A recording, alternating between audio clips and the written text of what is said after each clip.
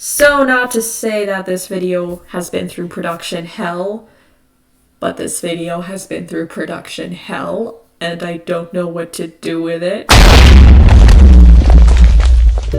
Alright, hi, hello, welcome to the video. Today we're going to be taking some pretty well-known Roblox games and using them as prompts for character design. I am slightly lying. I think that for a good character design, you need to take into account the character, like their personality, their interests, etc. Because that is all going to feed into how they look and how you express those non-visual traits.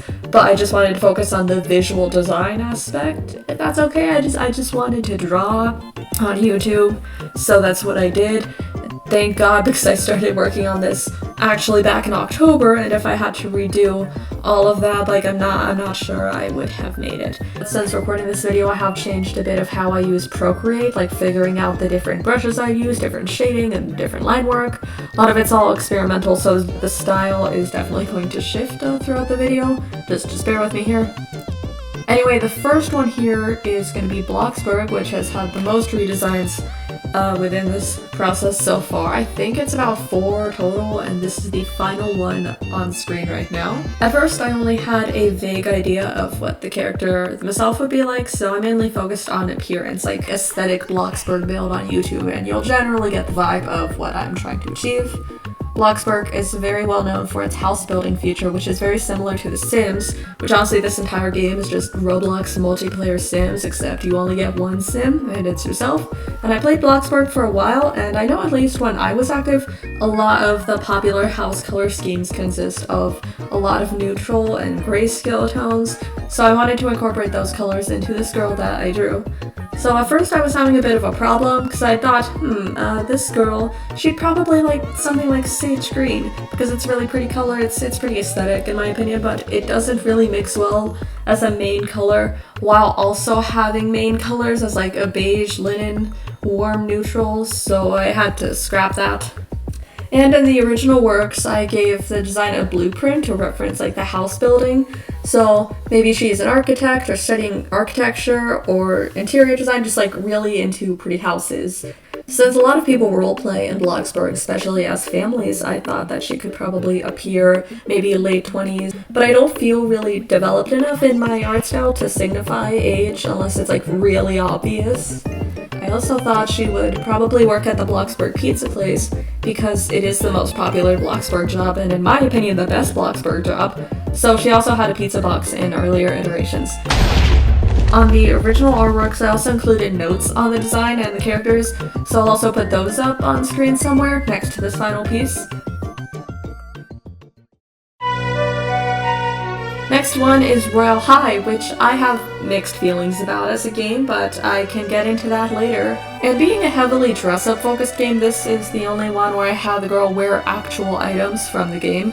So in all of the pieces, she's worn the classic Miss Lady Rose bodice, which is the only remaining one you could see here. Also in the first one, she's wearing the Moonlight Goddess Ultimate Floof skirt because I think it's so underrated.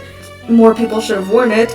And the second design, she switched to like some generic short skirt, which I do think I was vaguely inspired by the Dear Dolly skirt, because the combination of that bodice and that skirt, I just saw a lot. Along with the Ice Princess boots, Shadow Empress sleeves, and one of the 2 heart bags, and I also just gave her a generic looking crown. And all of them she has a ponytail, and if I really wanted it to be more game accurate, it would be straighter and have no bangs, because there's a few ponytail hairstyles in the game specifically designed to resemble Ariana Grande. And as for the character part of character design, I had more of a general premise for her rather than a collection of traits like Bloxburg. The inflated Royale High economy has made her very rich through trade, but she needs to be constantly aware of changing trends and prices. It's like navigating a stock market out there.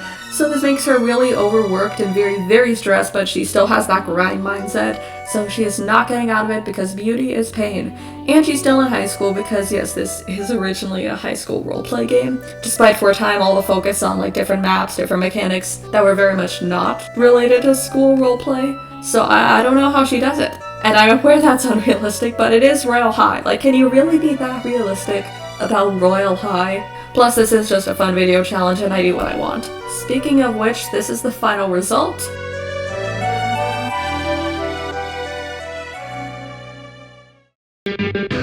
So the the last two of the original batch of Procreate art I'm pretty okay with actually, so I didn't bother to redraw them, so change in style. The next one is doors and dramatic style shift aside. Getting into the design, you can see it is at least slightly self-indulgent. Okay, editing Moth. At this point in the video, I was gonna talk about how I made him look emo, but looking back at it, I don't really see it. I think it was just the hair. I saw long black hair and was like, oh my god, he's emo. But it's not. But however, in my defense, every time I did try to redraw him, he did just look emo. So, I don't know. You be the judge of that, I guess. I had an idea to combine elements from both the player character and the entities that you run into throughout the rooms.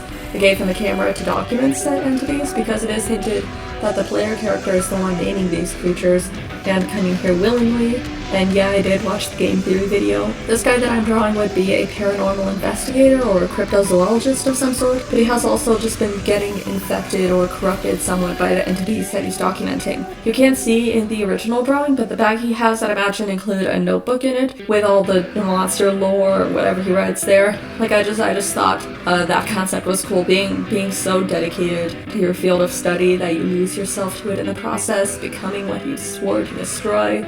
I don't know, I like him. And I can't get his hair to look right in any other drawings, which is also why I kept the original. So here's the finished drawing for that. I really like the noise effect, but the colored line art process was so annoying, and I am never doing that again. And the last one is Tower of Hell, and if you're sensitive to bright colors, you should probably skip this one. The idea I had going into this was just some, like, inhuman mastermind that builds up and destroys all the towers generated in the actual Tower of Hell game, just because it's fun. My original idea for the outfit wanted to incorporate kidcore, weirdcore, etc., but I don't think I really made that clear enough in any of the outfit iterations, and I chose kidcore mainly inspired by those iPad Kid stories with Tower of Hell gameplay in the background. Like, it's like Minecraft parkour for iPad kids. And I added these streamer things on their skirt to reference just the concept of a tower, which is more very subtly hinged at throughout the design, just very long straight lines. And I added some like obby obstacles above either hand. And later on I added these like really small platforms around the skirt. I'd imagine they move around and spin. But I also imagined I had the technical skill to pull off this drawing, so you tell me what's going on here. I actually ended up stealing the streamer idea from this YouTuber Dolliteful. You could see it on one of her custom dolls. And I ended up adding some darker shading and gradients to the final design, which concept-wise I'm still not sure was a good choice. But the concept I was working with didn't really translate all that well, especially not the spikes on the skirt. Yeah, those were supposed to be like really sharp spikes if you could... I couldn't tell either. I probably should have made them bigger, I guess. And I mean, like, in the end, it's definitely a drawing of a design. Maybe not a Tower of Hell one, but like, it's there. I was really worried about the background initially, but I do think adding all the doodles and the text gives the background a similar amount of noise to the actual character.